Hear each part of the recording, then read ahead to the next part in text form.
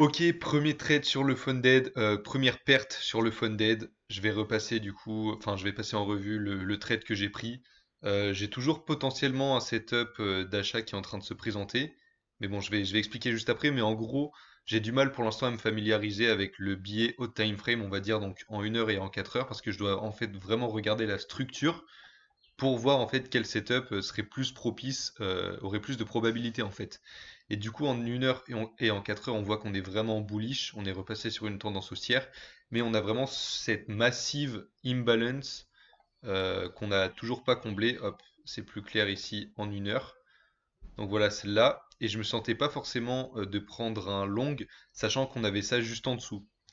Et du coup, je vais expliquer un petit peu mon setup. Hop. On est dans une accumulation très bizarre en 1 heure. Et en fait, on voit pas très bien, hop, je vais enlever ça, mais on a sweep de la liquidité juste ici qui avait déjà sweep plusieurs highs. Et du coup, voilà, non, c'est ce high précisément qu'on a sweep, voilà, que je cherchais. Il est juste ici, hop, sweep, j'enlève celui-là.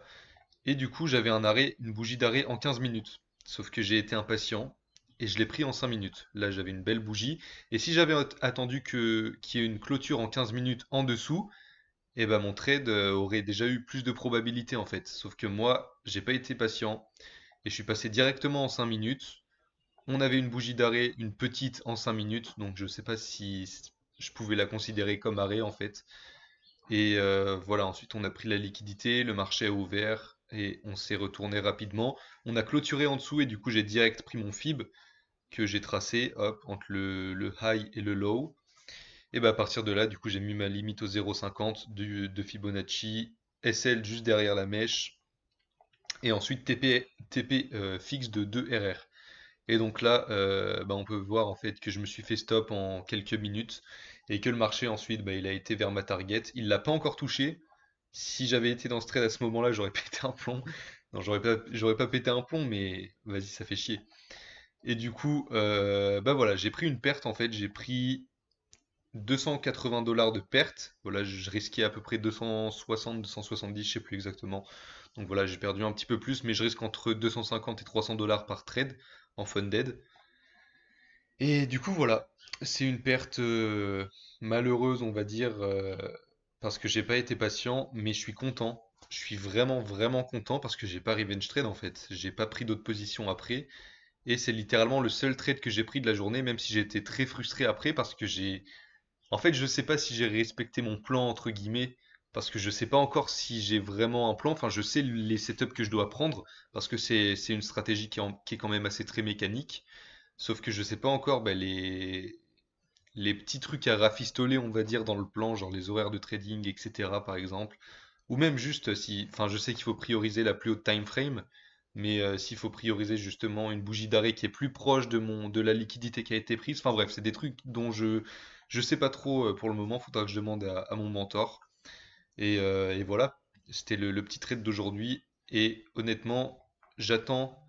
Enfin là, je vais effacer tout ça, mais je pourrais potentiellement prendre un autre trade si ça se présente évidemment. Mais en gros, juste ici, on a sweep de la liquidité aussi, même si on n'a pas pris ce plus bas, je considère ça comme un sweep, du coup. Et c'est pas en 15 minutes, c'est en 5 minutes, on a une belle bougie d'arrêt. Elle est juste ici. Hop. Donc la bougie d'arrêt, en fait, moi, c'est la dernière bougie dans la tendance inverse de là où on va prendre la liquidité. Donc là, par exemple, pour un achat, je vais chercher une bougie d'arrêt acheteuse. Donc là, je l'ai en 5 minutes. Et pour qu'elle soit validée, pour que mon biais soit validé et que je puisse mettre ma limite, il faut que le prix clôture au-dessus de mon arrêt pour bien confirmer qu'on est en train de changer de tendance. Et du coup, mon arrêt, ben, en fait, c'est un peu comme un breaker block, mon arrêt.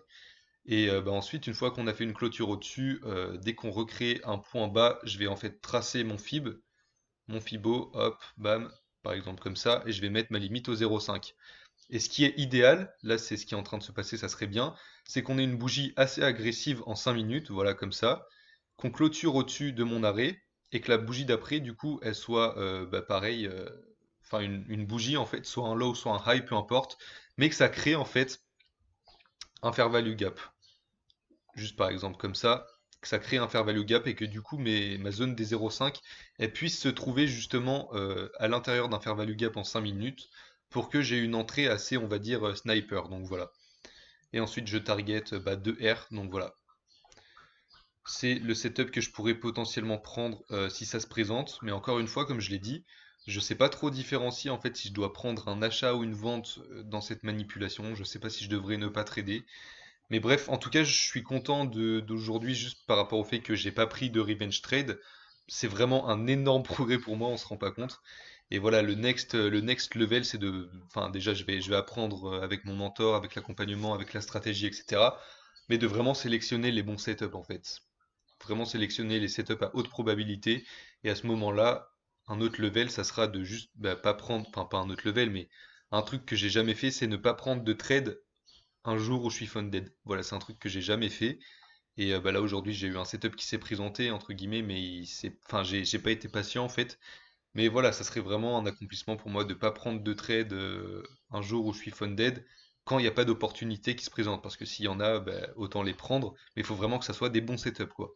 Donc là voilà, on a un petit setup qui est en train de se former. Je dirais demain si je fais. Enfin, de toute façon je ferai un trade recap dans la soirée. J'annulerai cette vidéo si jamais le trade, si je prends pas de trade. Mais voilà, j'en reposterai une autre. Mais pour l'instant, on en est là et on verra.